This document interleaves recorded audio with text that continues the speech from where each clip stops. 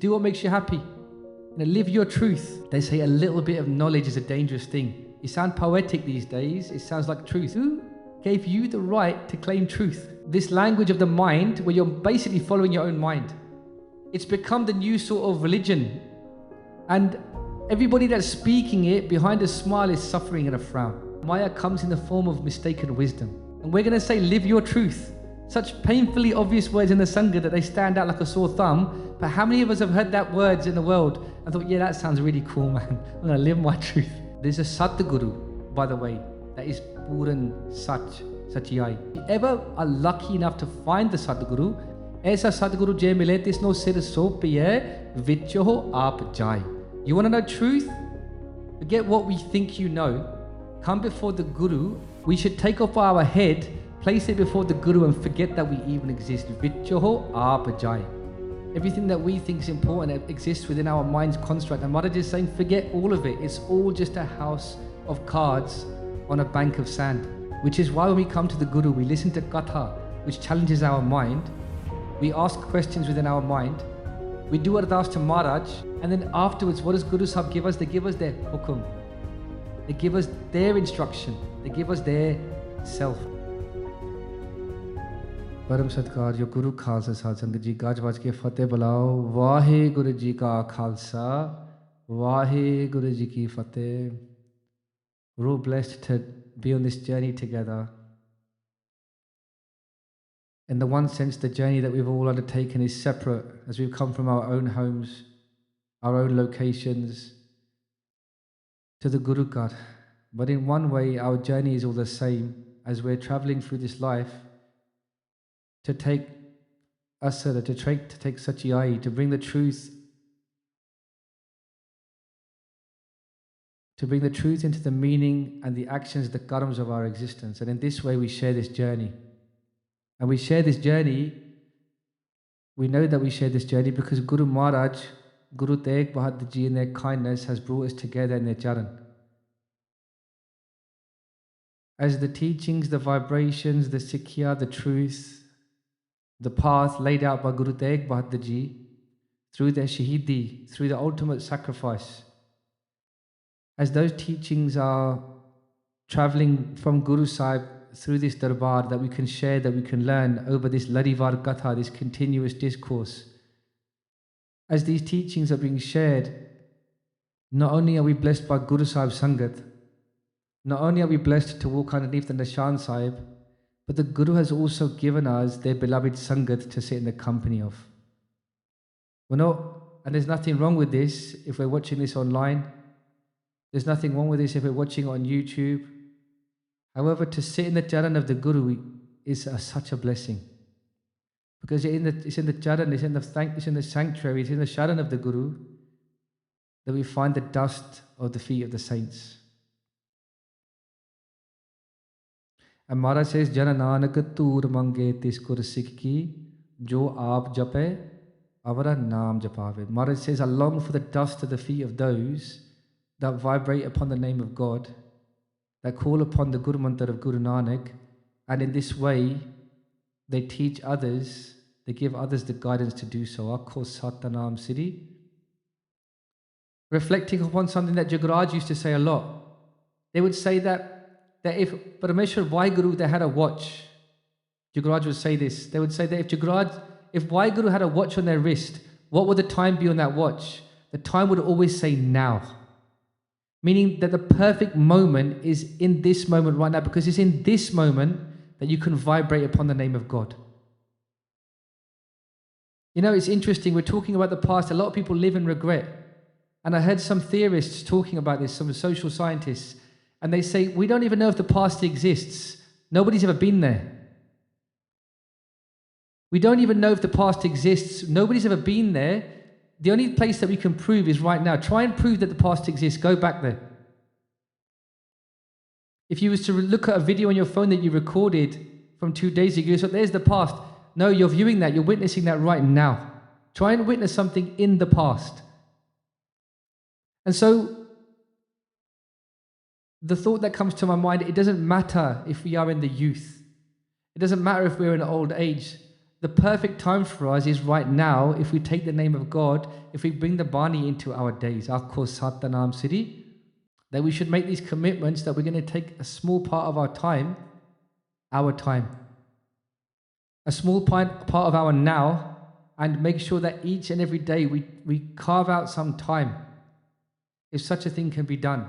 And we make sure that we have that commitment, that we won't look back on our time and be asking ourselves, why didn't I vibrate upon the name of God? Vibrate sounds different now, doesn't it?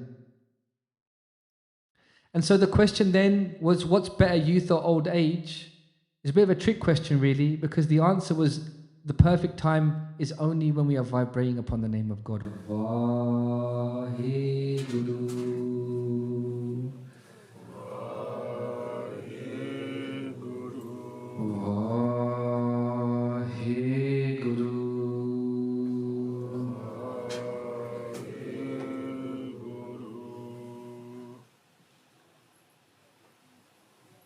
Maharaj is saying to us, as a father speaks to a son, as a father speaks to a daughter, what advice should I give you about this world? Maharaj says, Dhan, Dara, Sampat, Sagal, Jini apni karman, inme kach sangi nahi, Nanak sachi jaan. Maharaj says, Dhan. Dhan translates to wealth. When we say wealth, we don't just mean like money, the stuff that we own, the maya that we have accumulated in this world. Maharaj says, Dhan, that wealth that we have, whether it's in houses, in bank accounts, in cars, in jewelry. Dara, Dara istri, your wife. In this context, it means your wife, it means your husband. Dhan, Dara, Sanpata, Sagal. All of your possessions, Sagal, all of your Sanpati, all of the things in this world that you've collected, the possessions that you say you own. Dhan, Dara, Sanpata, Sagal, Jini apni karman, that within our minds we are consumed with it because we think these are our things. Inme kacha sangi nahi, Nanak sachi jaan. Maharaj is saying, we know this to be true. Nanak sachi jaan. Maharaj is saying, reflect upon this, know it to be true. Be inme kacha sangi nahi. None of those things will be your sangat. They will be your support, they will be your sahara, they will go with you. Nanak sachi jaan. Maharaj is giving us his teaching that all of the wealth that we have, and you have to understand, we live in a world that is so over-materialized now, that this lesson can never be learned too many times. And if you've heard this before, it's not going to go with you. Be deaf to the fact that you've heard it before and hear it anew. Perchance that it can influence the way that we're living. A lot of the times when we hear some vichar, we think that we already know that. But if it was about hearing it once, that in this way that would be all that we need, we wouldn't have nityanam, the daily practice of the repetition of the Shabad of the Guru. So Maharaj is saying, Nanak sachi jaan, know this to be true, know it to be true within your own daily thoughts, reflections and meditations. Not just know it as a fact that you have in the back of your mind, but as you approach your days, Nanak sachi jaan, have that knowledge within you, that Dhan, Dara, Sanpata, Sagala, Jini apni karman, that all of the stuff that you're enraptured with, including even the relationships that we find ourselves conflicted through, that even those things will not be your sangat in the end. And that leads to some really interesting questions. It's a statement, but then the mind has a way of making a statement into a question. Dhan, does that mean that we shouldn't have any money? Does that mean that we should throw all the money that we have away in our banks? That we shouldn't go to work? No. Maharaj is not saying that we should become renunciates and go and live in the jungles, or that we should leave this world and go live in the Sumer Parbat, the mountain that is far away from everyone to reach. In fact, the yogis at the time of Guru Nanak Dev Ji Maharaj did just that. They said that this world is so false, and if everything around us is false, then there's no point for me to live in this place. And they abandoned their families, they abandoned their jobs, they abandoned even their clothes. They would just wear a chadar, a kavan, like a sheet. And they would go and live in the mountains in the most difficult places to reach. And Guru Nanak Patsha, that mountain Sumer Parbat, where all of the greatest yogis would reside, Gorakhnath and all of these great yogis and ascetics, Guru Nanak Patsha would climb that mountain and go and see them. And they would say to Guru Nanak Bacha would say, why have you left this world? This is what the mandate of this explains the mandate of the Khalsa that would come. Maharaj says, why have you left this world behind? They said, the world is dirty, the world is full of pollution, it's full of illusion, and people are suffering, and we don't want any part of that game. And we are looking to be pious and pure and live righteous ways. And Guru Nanak Bacha says, if all the piety, if all of the righteousness and all the purity is in this mountain, then where's the daya for all of those that are suffering in ignorance out in the world? If everybody that's pure and religious has left the world, where's the compassion and the love for those that are going to be suffering without the knowledge that you should be sharing? No. This world wasn't created to be avoided. The way of the Khalsa is like a lotus flower, to live within this world, but not to be attached to it. Jinni apani karman, the secret is in the last part of the first pankti. We can live in this world, but don't assume that you're of this world, that these things belong to you and you belong to it. Guru Nanak Bacha would give that teaching through their own life. They would be the greatest avatar of Parameshwar Vaheguru. They were Puran Guru avatar. They were the perfect incarnation of God upon this earth, before which no perfect Guru had ever come. There were different avatar. There were 6 types of avatar that came before. We haven't got time to go into that. But they all had attributes or aspects or the fragrance of Parameshwar Vaheguru, but not the complete. And then hearing the cries of the earth in pain, it was listening to those ardasa that Parameshwar Vaheguru, they incarnated in the form of Guru Nanak Dev Ji Maharaj and came to this earth. Akho Satanam Siri Vaheguru. We sit in front of that very form today. So the way of this world is, Maharaj is saying, Dhan, this wealth that we have, the question that comes to mind, if this is all false, does that mean we shouldn't have wealth, we shouldn't have jobs? No. It's a great thought in my mind that when I see Singhs and Singhani are absolutely smashing it and becoming the best in their professions and succeeding in great ways and driving really nice cars and having lovely homes and being very successful, we should celebrate that as a worldly success, But within our minds, we should understand that that is not our purpose for which we have come into this world, and that those things that we've been gifted with or we've become accustomed to, the pain exists when we become so attached to those things, we can't see a day when we could live without those things. I had a client once, and he's very, very successful. He had about maybe over 100 houses. His own house was about 200 foot wide. He's really, really successful businessman. And I would just speak to him sometimes, and he would say to me, we would talk about business mainly, but occasionally we would get into philosophical conversations. And he said, I'm really upset, because he would have some understanding of Dharam. He would say, I'm upset that all of this stuff, it should be able to go with me. I don't want to leave it behind. I've spent so much time amassing all of this property portfolio and all of this wealth. I get angry when I think about the fact that I can't take it with me. And in the statement is evidence of the pain that can exist. All of those things that he's amassed isn't giving him pleasure, but it's actually the source of his pain. And I thought there was a certain irony there. Here's a man with so much success and wealth in the worldly sense, and he's illustrating that only pain, even at the pinnacle of proprietary success, he's most aggrieved by the fact that beyond this time, he can't take it with him. He's accepted that it can't go with him. There's no argument there, but he's angry with that. And therein lies the exact illustration of what the problem of being attached to Maya is. Maharaj Singh Dhan Dara Sampat Sagal. There was a human being at the time, their name was Duni Chand, at the time of Guru Nanak Dev Ji Maharaj. And he was very wealthy. He would have flags outside of his house for every 1,000,000 rupees that he owned in his wealth, in his asset bank, if you will. And so he had 7 flags representing 7,000,000 rupees. Adjusted without inflation, that's about £700,000 today, without inflation. So you can do the maths. We're talking about an inordinate amount of wealth. And Guru Nanak Dev Ji goes to visit Duni Chand.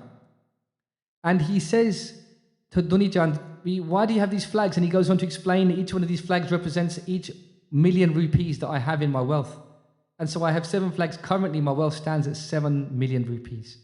And he says, I'm very happy and excited about this. And Guru Nanak Dev Ji says, well, would you just do me one favor? You've got all of this wealth.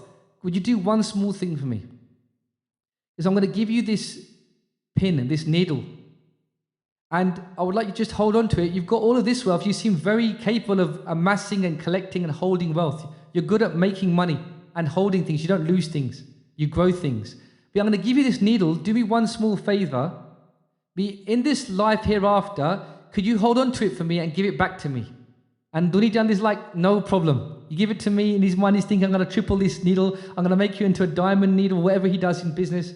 He's going to apply some sort of a skill to it. And definitely, at the very least, the original security will not be tarnished and it will be in his possession. He goes home and he speaks to his wife. He says, I spoke to Guru Nanak today and they've given me a task, an easy one. They said all they wanted was this needle to be returned back to them in the life hereafter. And it was their wife. Really interesting. The feminine energy plays such a huge part in the expansion and the enlightenment of who we are as human beings. It was his wife that had the Siyanap to explain to him, said, Duni Chand, none of what you've got can go with you. Even this needle, as small and meager as it might seem, that on your possession, you don't even notice its weight. It doesn't weigh down upon you even a little bit. But even this needle, you can't take it with you. And in that moment, Duni Chand was given the higher teaching that if I can't take this needle with me, of no significance, then what of all of this wealth? And he would go back and fall at the feet of Guru Nanak Dev Ji Maharaj and obtain something far more valuable. So this teaching then, for us, is that we should succeed. We should have that drive to succeed. We should be going to university. We should be getting amazing jobs. We should be rolling deep in nice cars. And it's only my wish for all of us to have, all of you and all of us to have success. However, we can't get caught up in the trick of what this world is, that is the purpose for which we have come. And Guru Amar Das Ji gives us his teaching. They make it so plainly clear that Maya is very, very clever. It will trick you into allowing you to feed yourself to Maya alive. You'll be eaten alive and you won't even know that you're being eaten. That it's so clever, it will slip its way into your consciousness, and without even a moment's thought, you look back on decades and you've been eaten alive without giving a second thought to your true purpose, as Maya has involved itself in every episode of every day of your existence. Guru Maharaj explains this. They say, Maya Mamata Mohani. Maya Mamata Mohani Jinavinan Tanta. Without any dand to begair, without any teeth, Jinavinan Tanta Jag Khaya. Sare dunya no khalya. The whole dunya has been eaten alive. Manamukh Khade, Gurumukh Ubare. Jini Sach Naam Chita Laya. Maharaj says that manmukhs in this way, the people that are directed by their own minds, that these phrases that come out, do what makes you happy. They seem so liberating, but they're so imprisoning. Do what makes you happy. You only live once. Do it if it seems right to you. This language of the mind, where you're basically following your own mind. It's become the new sort of religion. And everybody that's speaking it behind a smile is suffering and a frown. And this is a beautiful thing about Maya. Maya comes in the form of mistaken wisdom. They say a little bit of knowledge is a dangerous thing. You sound poetic these days. It sounds like truth. Do what makes you happy. Live your truth. Who gave you the right to claim truth? Where did you claim the right to be able to speak truth? Great Avatar have come before Guru Nanak Dev Ji Maharaj. And they've all fallen by the wayside before truth. In Dasam Granth, the Bani of Sri Guru Gobind Singh Ji Maharaj speaks about all the priests of Avatar that have come, laid their best efforts, but lost themselves in Maya. Krishna Avatar, Maharaj talks about all the different prophets that have come. And we're going to say, live your truth. Such painfully obvious words in the Sangha that they stand out like a sore thumb. But how many of us have heard that words in the world and thought, yeah, that sounds really cool, man. I'm going to live my truth. Maharaj says, Aisa Satguru Je Mile. There's a Satguru, by the way, that is Puran Sach, Sachiyai. Aisa Satguru Je Mile. If you ever are lucky enough to find the Satguru, ऐसा सतगुरु जे मिले तिसनो सिर सोपिए vicho aap jai. You want to know truth? Forget what we think you know. Come before the Guru. Be aisa Satguru je mile. We should take off our head, place it before the Guru, and forget that we even exist. Vicho aap jai. Hurts the ego, doesn't it? Everything that we think is important exists within our mind's construct. And Maharaj is saying, forget all of it. It's all just a house of cards on a bank of sand. Maharaj is saying, if you're ever lucky enough, if you're seeking the truth and you find the Satguru, forget what you know, place your head before the Guru, and forget even that you even exist. Which is why when we come to the Guru, we listen to Katha, which challenges our mind. We ask questions within our mind. We do Ardas to Maharaj, which we're going to be blessed to have a chance to do in Sangat Roop, so everything gets magnified. And then afterwards, what does Guru Sahib give us? They give us their hukum. They give us their instruction. They give us their self. They give us their own self, right? So this is what it means to say, Dhan, Dara, Sampat, Sagal. Maharaj is giving us that wisdom that, have those things, but don't be married to them. Don't be so entwined with them that you lose your own purpose. Dara, your spouse, your partner. So in my the way that when I've undertook the course on this, what is coming to my mind as we're thinking about this is this great epidemic that is sweeping across our Naujawan, our youngsters, and even those that aren't married as they're reaching past their 20s and 30s, this concept of dating. And people are going to get uncomfortable now. Maaf karna, it's not my intention to offend anyone. It's just us undertaking the course and speaking to the Gurmukhs about what Guru Sahib's trying to convey here. Maharaj is explaining to us, all of this nonsense that we're getting involved with, dating, boyfriends and girlfriends, hookups, which is something even a new thing that's even below dating, which is going on and being undertaken. All of this stuff is within Maya, and it's going to take parts of you away that are no longer there for you then to serve with the Guru. And there'll be less of you then, thereafter, to undertake that correct path when you decide that you're going to walk that path. And as we were doing the research on this, and I was speaking to the Singhs, this is to be distinguished completely from when you get married. Because just to be clear, Maharaj is saying to us that when we get married, Tan per ehna akhiyan behen ikatthe hoye, ek jot doy murti, tan per kahiya soy. Maharaj says that when you get married, there is no two of you anymore. The duality doesn't exist. Duality is in Maya when there's two. And everything that brings us to oneness, that brings us to union with oneness, is what we want to pursue. And Maharaj is saying that when you get married, this beautiful gift that we have of Karaj, Anand Karaj, there is no duality in that relationship, because for the purposes of the spirit, those two jorts become one. You can't say that they're husband and wife anymore. Ek jod, from one light, doi murti, in two bodies this exists. So just to be clear, what I'm speaking about now, in terms of dating and true love and Valentine's Day next week, and all of this nonsense that's gripping our youth, and it's really poisoning and torturing our youth. Because let's be clear, before we even get into it, net, look at your own experiences from everyone around you. Everybody that's engaging in this behavior, they're in drama, they're in stress, and they're in pain. Find me someone that you know, and I'm downstairs to meet them or shake their hand. Find me someone who has entered into this venture behind their parents' back, behind their family, giving away that which then they can't give to someone in the Guru card, through Anand card. Find me someone on that journey after the first day, all right, the first day, second day. Find me someone that's undertaking that journey that's not in dukh. Find me someone. You see, when you undertake the Anand Karaj, I'm not saying that we haven't got dukh in Anand Karaj. You have arguments, you have disagreements, but there's a dharam there. And when you have dharam as your foundation, even those things are sweet. Even those things that help you grow together as a husband and wife, when you undertake this journey, even those things are sweet. But there's nothing honorable about just saying to yourself that, oh, I've got this urge within me and that person's got the urge, let's just engage together. It's just showing your self-disrespect. It's showing your self-disrespect, and for the Singhs that are engaging in this behavior, not only are you showing your self-disrespect, but the person you're engaging this with, you're giving that other person license to view this is the way that Singhs behave. And I just think we should be aiming for a higher happiness. Just to be clear, this isn't saying don't be happy, go sit in the corner and don't be happy. This is saying don't engage in stress and stuff that's going to steal from your actual happiness. How can you be one if you've given away half of who you are to somebody else before? It's really interesting because people are longing for respect. As I speak to Singhaniya, as I speak to girls that are taking Amrit and they're trying to find their way on a path of truth, and a lot of people are saying, but I just want to be treated with respect. And the qualities that we seek from other people, we're not looking to hold ourselves to that same accountability.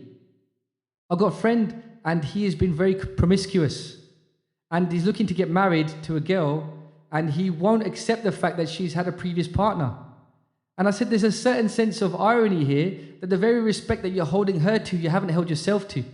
And then there's a sense of entitlement that I haven't behaved in this way, but I'm entitled to receive this from another.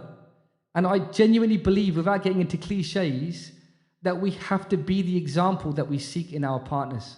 We have to be that mirror. We have to seek that in ourselves and have the courage and the strength to be honest about what we are entitled to based on who we've been.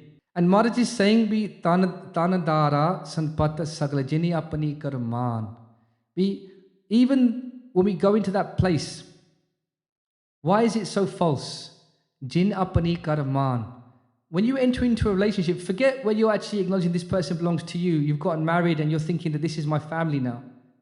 When you're entering into that dating relationship where you have no serious intention of pursuing that through to marriage, and you have no serious intention of that being a serious relationship, because if it was, it would be Anand, Karaj, right? What you're actually doing is you're setting up that person for heartache.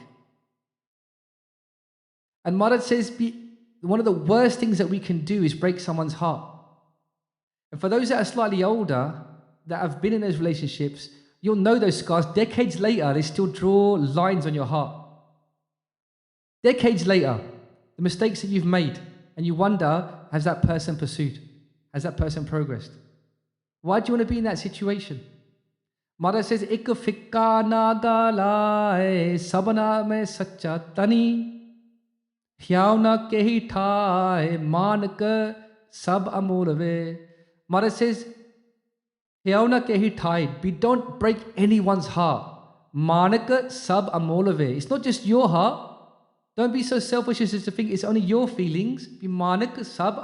Everybody's heart is like a ruby, a gem, a jewel. We have a little bit of a think. And then we break hearts and we wonder why we're waking up sometimes, as we often do, we're feeling anxious, we're feeling full of anxiety, and no one's willing to give an account for how they've treated others or how they've led someone to feel a certain way. And why this sounds harsh isn't because it's not true.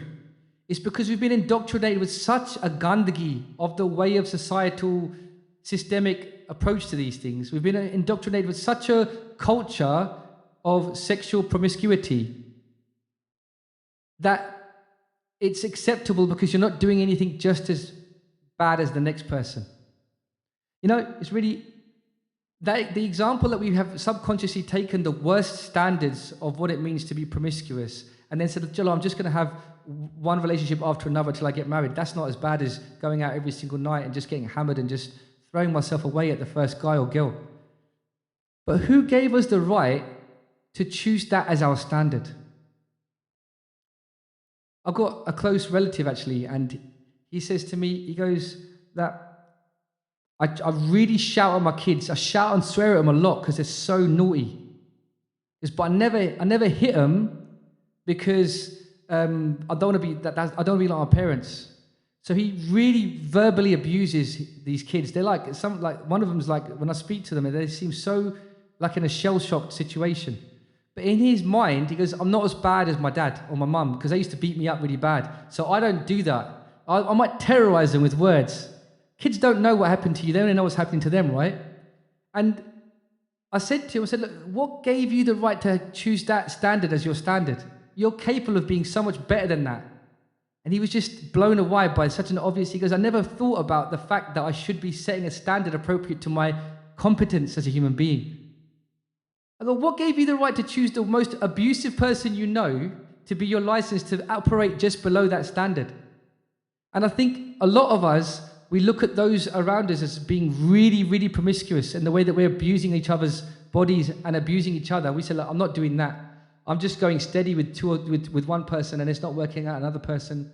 And in this way, we're just setting ourselves up for heartache. And Maharaj is saying, why would you want to do that? There is no samprata, there is no place on any samprataik soch or any Mahaprabhu, any Sant or the Guru that speaks of these things in a permissible way. And just to be clear, this isn't anything other than a warning about let's avoid unhappiness. Jine apani karman, they're not yours and you're not theirs. Until you undertake the Anand Karaj, they're not yours and you're not theirs. Why would you put yourself in a situation where you've got to suffer? And it is suffering. I'll put the challenge out there. Come up to me after the katha. Tell me anyone in an extramarital relationship or a premarital relationship that's not in dukh. Tell me anyone that's not suffering in that moment or doesn't accept that they're going to suffer in the future as a result of that. Hard truths, Guru Pyari Sadh Sangat Ji, and they're only hard because of what we've been indoctrinated with, and that doesn't need to be our standard. We should have a higher standard. Guru Pyari Sadh Sangat Ji, to bring it back to that point about the Anand Karaj, we have this blessed thing. When we come to the Guru Kar and we get married, we bow before the Guru and we sit. We don't even face our partner. In the Anand Karaj, unlike every other ceremony in the world, even that ceremony is not blemished with a false understanding of love. As we sit before the Guru, which way do we face when we get married? Sing. We face forward, innit? Yeah? We don't even face each other. Because we're saying to our life partner, be me and you, we're going to try our best to get through the journey of this Maya, of this world, and the Guru is going to be our center. Who do we walk around? In the Sanatan Dharam, they would walk around the fire because they would believe in that Agni Devta. In the house of Guru Nanak Dev Ji Maharaj, we walk around the Guru. And the husband and wife walk around the Guru together, and we say, we're going to make this commitment that our life is not going to be based just towards each other. We're going to walk together, but we're going to walk with Dharam at the center of our lives. Ain't that's something so beautiful? You know, the ghosts of this world, the goblins, the Put, the Pret, these things, these bloodthirsty demons that drink blood on the battlefield, that Guru Gobind Singh Ji spoke about in this darbar. We spoke about it only a few months ago as we celebrated the avatar of Guru Gobind Singh Ji Maharaj. Remember we were speaking about the Put and the Pret and the demons, right? The Singhs asked Guru Gobind Singh Ji Maharaj about them, right?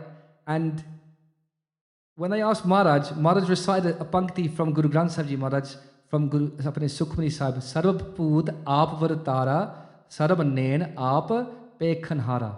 Maharaj said that this pankti, and all of the Gupta Ruwa that were there, all of the ghosts that were present and in around the Singhs, they became Bargat, they became visible. How beautiful is our Anand Karaj? Check this out, right? So the ghosts have become Bargat, and Maharaj turns to the Singhs and says, look, you're asking me about the ghosts, they're here now, ask whatever questions you want. And one of the Singhs turns to the ghosts and they say, tell us about your nature, your group, your gang, your pant, if you will, yeah? When I say pant, I don't mean the Khalsa pant. Pant is a generic word for community, right? So Maharaj says, the Singhs, they start asking these ghosts about their ways. And they start explaining about their character, their nature. But for the relevant point for this vichar, they go, what about your number? They go, because before there was many of us. There were many of us in our panth, but now there's very few. And they go, and the Singhs, they quiz why. They go, why? They go, because before, when people would get married or they'd be in these relationships, we would join them with us. We would take hair from their heads and we would join them with us because they were in Maya. They were trapped in this worldly Maya, and we knew which way that was going to head, so we could have them join us. So when they died, they became ghosts. He goes, yeah, but you said your numbers have gone low. Why? They go, because when Guru Ram Das Ji Maharaj came to this earth, they brought that weapon of Suhi Mahalla Chotha Lava Di Bani, the Bani that we read or we hear at weddings. Ever since Guru Ram Das Ji Maharaj, they brought that Shabad, because we can't get near the people. We can't get near them because their Shakti, their bond is so strong in Dharam that we can't enrapture them, we can't go near them. This is the gift of taking that Kal Samaryada into our days. The question is, how much of that gift are we going to take? Are we going to do everything that we can to take away our sovereign nature and then rock up here half missing? How's that going to work? We have these questions to ask ourselves, and if the answers are a bit salty, they're a bit painful, even that's a blessing. If it means we're on a wrong track, we've got to fix that up right away. That's still fine. The moment that we learn these things is a blessing. But these are the gifts that await us in the house of the Guru. And this is why the gift of Nand Karaj doesn't mean that you are in the same way that Maharaj is talking about Dhan, Dara, Sampat, Sagal, Jini Apani Karman. Because if you think about it, when you say this is mine, when you say, for example, this is mine, you're acknowledging that you exist separate from that thing. So when you say to a girl, this is my girl, or you say to a guy, this is my guy, even in that statement, there's duality, because you're saying that me and you are separate. But when we undertake the Anand Karaj, we're saying that we become one. Jini Apani Karman doesn't come into it anymore, then it does it. The idea of that you can call that your own, it no longer exists. Because you've become one, you've merged with each other in the charan of the Guru. Akho Satanam Siri. This is all for us to discover. Now, as we sit in the company of the Guru, and I know how strong Maya can be, many of us will have many of the Sangha will have many missed calls from people that they shouldn't be talking to after this darbar. But as we sit here right now, in the company of the Guru, the idea of partaking in those sort of nefarious activities, that sort of promiscuity, now as we sit in the company of the Guru, the catch of that, the hold of that honor is so less. Whether we're doing it or whether we are tempted by it or the thought that it might come to us in the future, it doesn't exist over us. And so this is a witness for us all that when we're in the company of the Sangat, when we're ever in temptation, wherever in that doubt, come into the Sangat. It doesn't matter if you know the person behind you, in front of you, left or right. The Shakti, the energy of being in the Sangat will guide you anyway. Very poignant thing. I was speaking to one of my brothers just before I came. I'm actually really stressed out. I'm going through a lot of stuff at home. My singing is really unwell, and it's been a bit of a run of it. I think I've shared that with you a few times. But I'll tell you one thing, even with all that, as I come to the Guru Kar, I spoke to one of the singers, I don't know how I'm going to get through the discourse. But as we sit in the Sangat, I think the Sangat gives so much support and so much, there's so much Shakti and support from the Sangat that everyone's Karaj will always become successful. We say, Thir kar beso, har jan pyare, Satguru tumre, Kaj savare. But where do we say that? We say that in the Sangat. Every day after Reras, the part we hear that Shabad vi Satguru tumre, Kaj savare. Where do we get that amplification from the Sangat?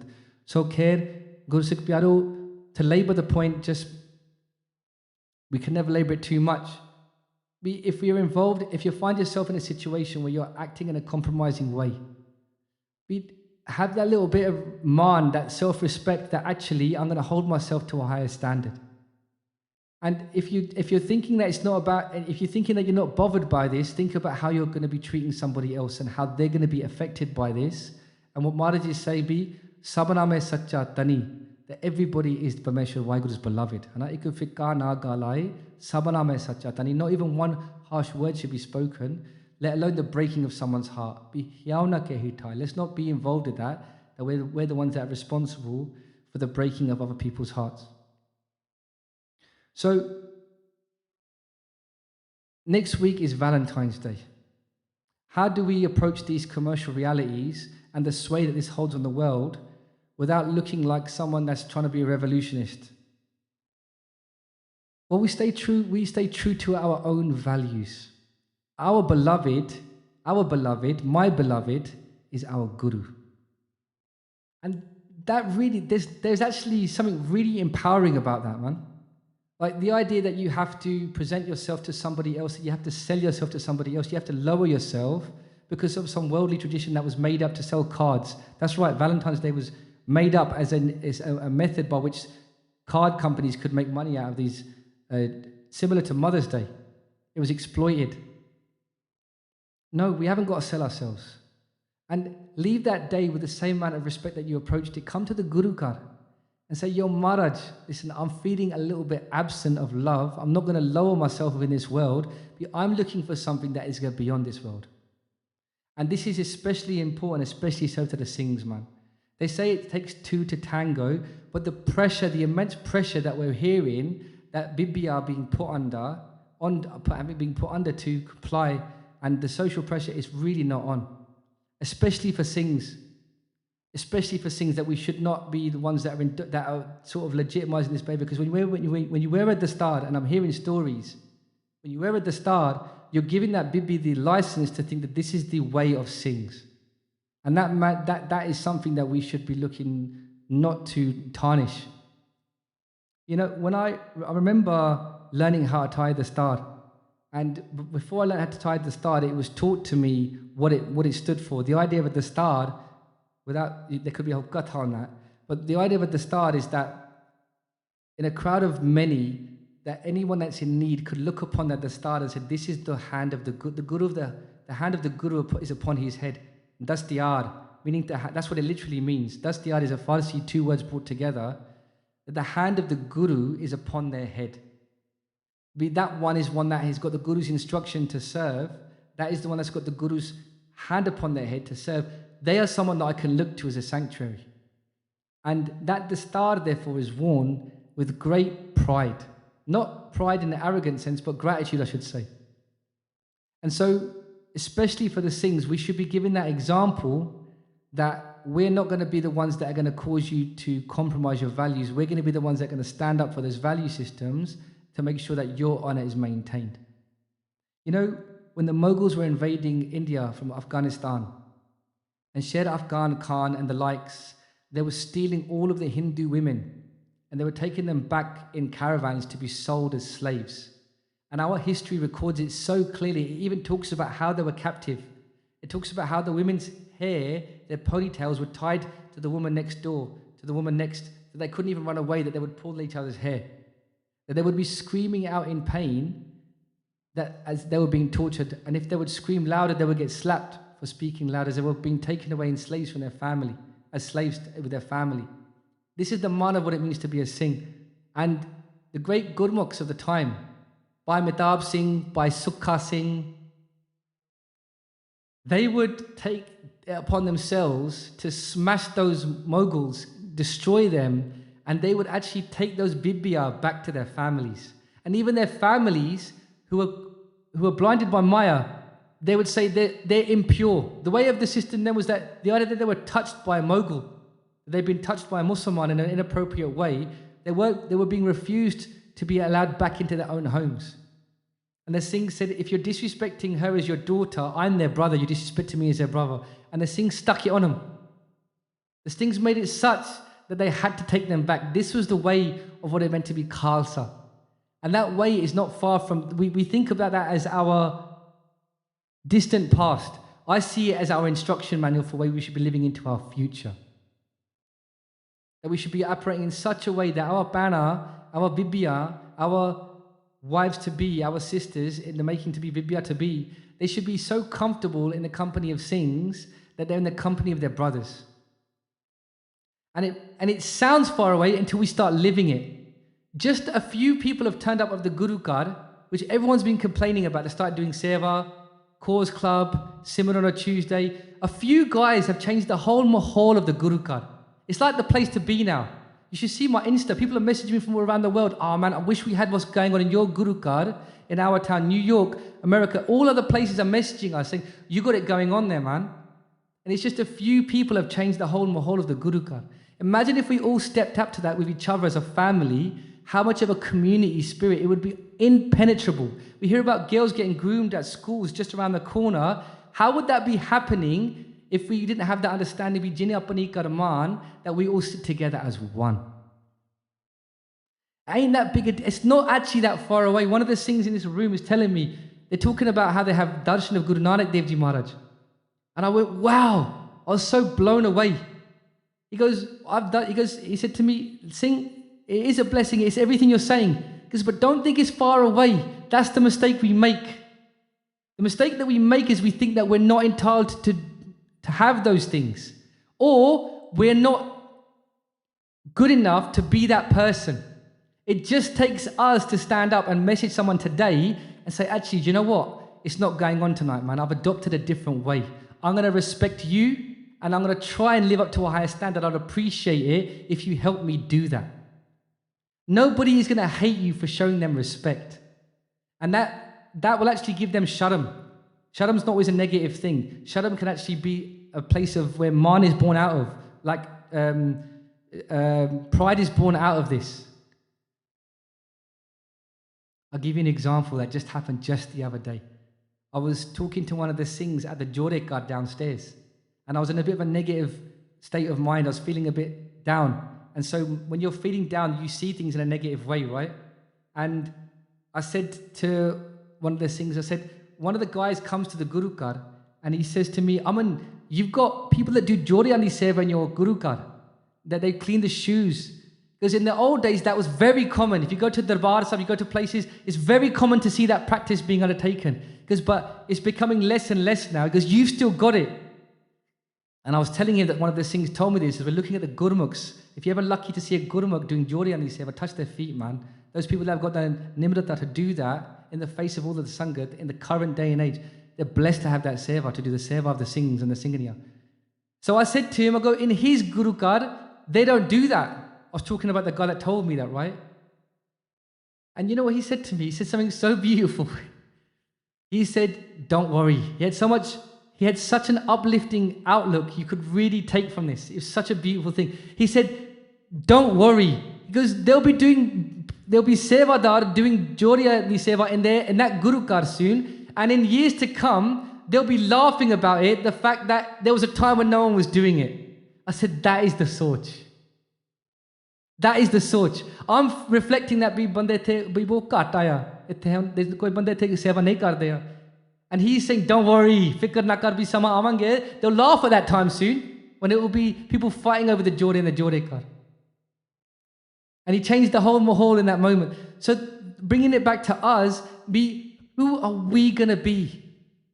Faced with the opportunity to compromise our own values and sell out to the culture of the world that takes us into a negative state of mind. And you've only got to look around at everybody doing that to see what state of mind they're in right now, to be your own witness and testimony. Or we can have a little bit of Shakti, a little bit of Man, after a little bit of Sharam, a little bit of soul searching, and say, yo, I'm going to step up today to a higher way of living right now. Forget the past, forget everything. And from this day, I'm going to set this standard. And maybe that will have a trickle-on effect. As I said, only a few have stepped up. My little brother Ranjit Singh stepped up, he said, I'm going to start doing Simran on a Tuesday at the Gurukar. I don't mind who turns up, who doesn't. There's 100 people upstairs meditating on a Tuesday night. It just takes, without getting into cliches, it just takes the Soch, the Khalsa Soch to exist in one. There was only one that drew a line and said, who has got the courage to step over the line? You know the picture of who I speak? So I've really driven this point because it takes a lot to break a culture that is so indoctrinated we think it's normal. We're hearing about kids telling their parents, I've got a boyfriend, I've got a girlfriend. It's okay, son. Just, I won't even tell you the advice that we've heard people say. And that's all based on an understanding that it's not as bad as someone else. No, that's not the standard we should be measuring it against. We should be looking at what we should be, what we want to bring to the table when we get married, what we want to be as an example for those that are sitting around us. So Sad Sangaji, Valentine's Day doesn't seem that appealing anymore. That doesn't mean we can't have love. Have love for the Guru, have love for the brothers and sisters, and in this way be that example. That Dara Sampat Sagala Jini Apani Karamana, that you don't look at these people as your objects, so they belong to you, they don't. If anything, all that you can really do, if you want to do someone's seva, is bring them to the Guru Kar. Jini apni karman, inme kach sangi nahi. Just in case you are wondering, for those that are love struck, seems so obvious that that's a poor choice of words in your own mind now. Be inme kach sangi nahi. None of them will be of a sangi to you, man. None of them will go with you. It's the Guru's words. Be sehe se siyana pa Allah ko hai. Ta ikkana challe nal. Even the thoughts and the memories that you have of them, they won't go. Bhagat Kabirji talks about this. They say you're in love until they die. When they die, you want them out of the house because of the ghosts Because you won't even wait very quickly. You want them on the funeral pyre as soon as you possibly can. Because what love is that won't even go with you beyond this world? What is the true friend? What is the best friend? There is one that will go with you. We've spoken a lot about what won't go with you. But let's take some Sikhya from the Guru. Maharaj explains to us that there's 3 types of friends in this world. Forget boyfriends and girlfriends. Let's put that trivial matter to one side. I think we've dealt with that now for our own mind's sake. If anybody's got any issues about how to untangle or get themselves out of a situation, that's what we should be doing. We should be doing vichar about making progress in our days. If anybody has issues about that, we'll try our best as a Sangha. Not that I've got the answers. We can try together to work through those disentanglements until we get married. But we've spoken a lot about what we shouldn't be doing.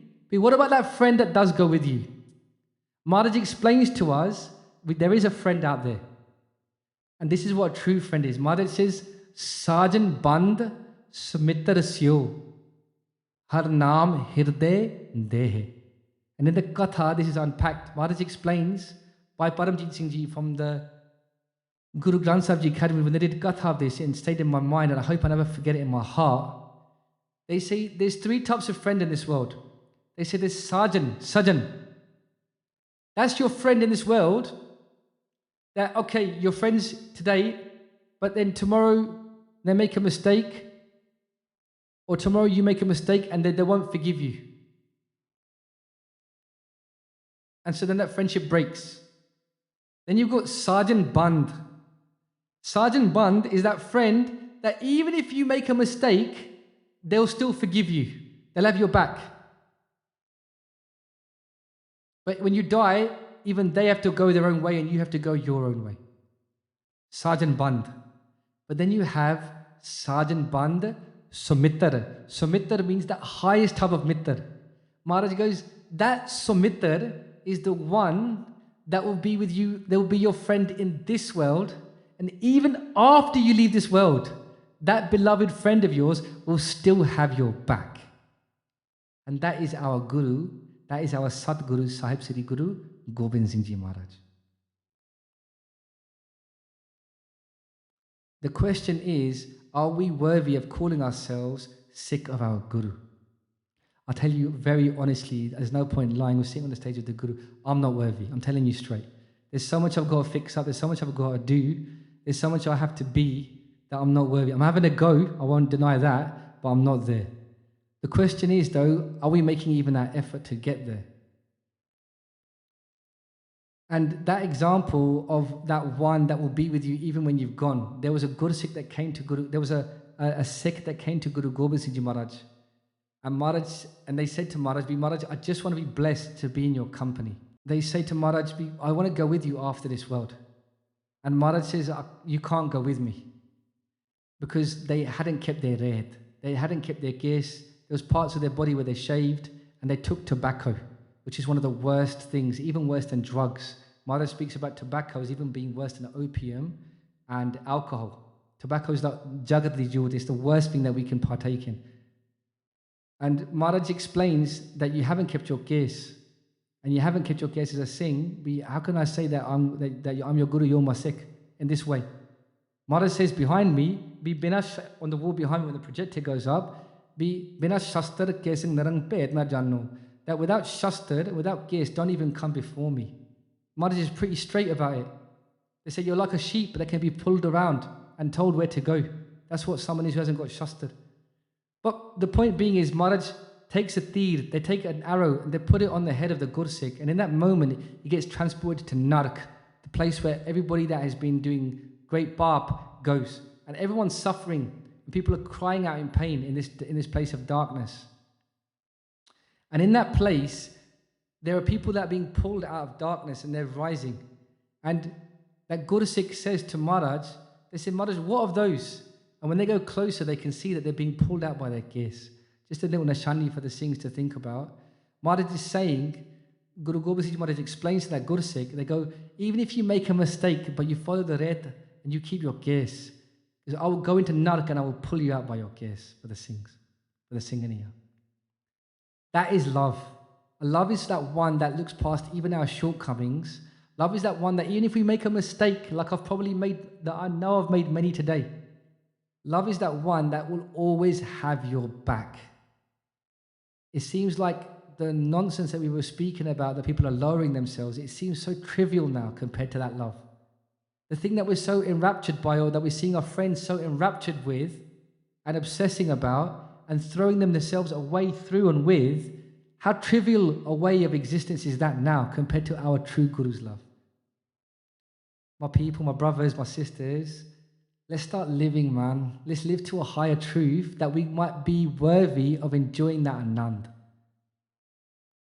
If we want that Anand, we have to make a little bit of sacrifice, man. When you're just denying yourself that immediate pleasure, to be in that moment, to be selfish for your own existence, for the benefit of your atma, your spiritual growth, this is the way we should be thinking. So Sad Sangat Ji, the vichar today, Maharaj is speaking about Dhan. They're speaking about the wealth of this world. They're speaking about Dara. They're speaking about our partners. Dana Dara Sampat Sagala Jiniya Pani Karamana. These things that we think are all ours, particularly these relationships that people get so enraptured with. And this wealth that we think is going to go with us, Maharaj is saying, Nanak, inme kacha sangi nahi, none of it is your true sangat. Even your friends, even these things in this world that we think we're going to hold on to forever, Nanak sachi jana. Maharaj is saying that know this to be true. Really beautiful way Guru Sahib speaks. I've read different scriptures from other faiths. The way that Guru Sahib speaks to us, man, it is as close as you're ever going to get to listening to a father sitting fishing talking to his son. Nanak sachi jaan. They're saying, listen, it's the truth, man. Know it. Have it. They're not keeping anything for themselves. They sacrificed their whole family as a proof of that. Everything was a sacrifice unto and for the Khalsa. And we honestly sit on the edge thinking about whether we should join the Khalsa. Really? So you are the Sangat of Sri Guru Tegh Bahadur Ji Maharaj. Lekhe kathena shoti hai, kene kene pullan hara, baksan hara baksale, Nanak paryotar. Vaheguru Ji ka Khalsa, Vaheguru Ji ki Fateh. If you enjoyed this video, please like, comment, share and subscribe. Please donate and help spread Guruji's message. Link is in the description below. Vaheguru Ji ka Khalsa, Vaheguru Ji ki Fateh.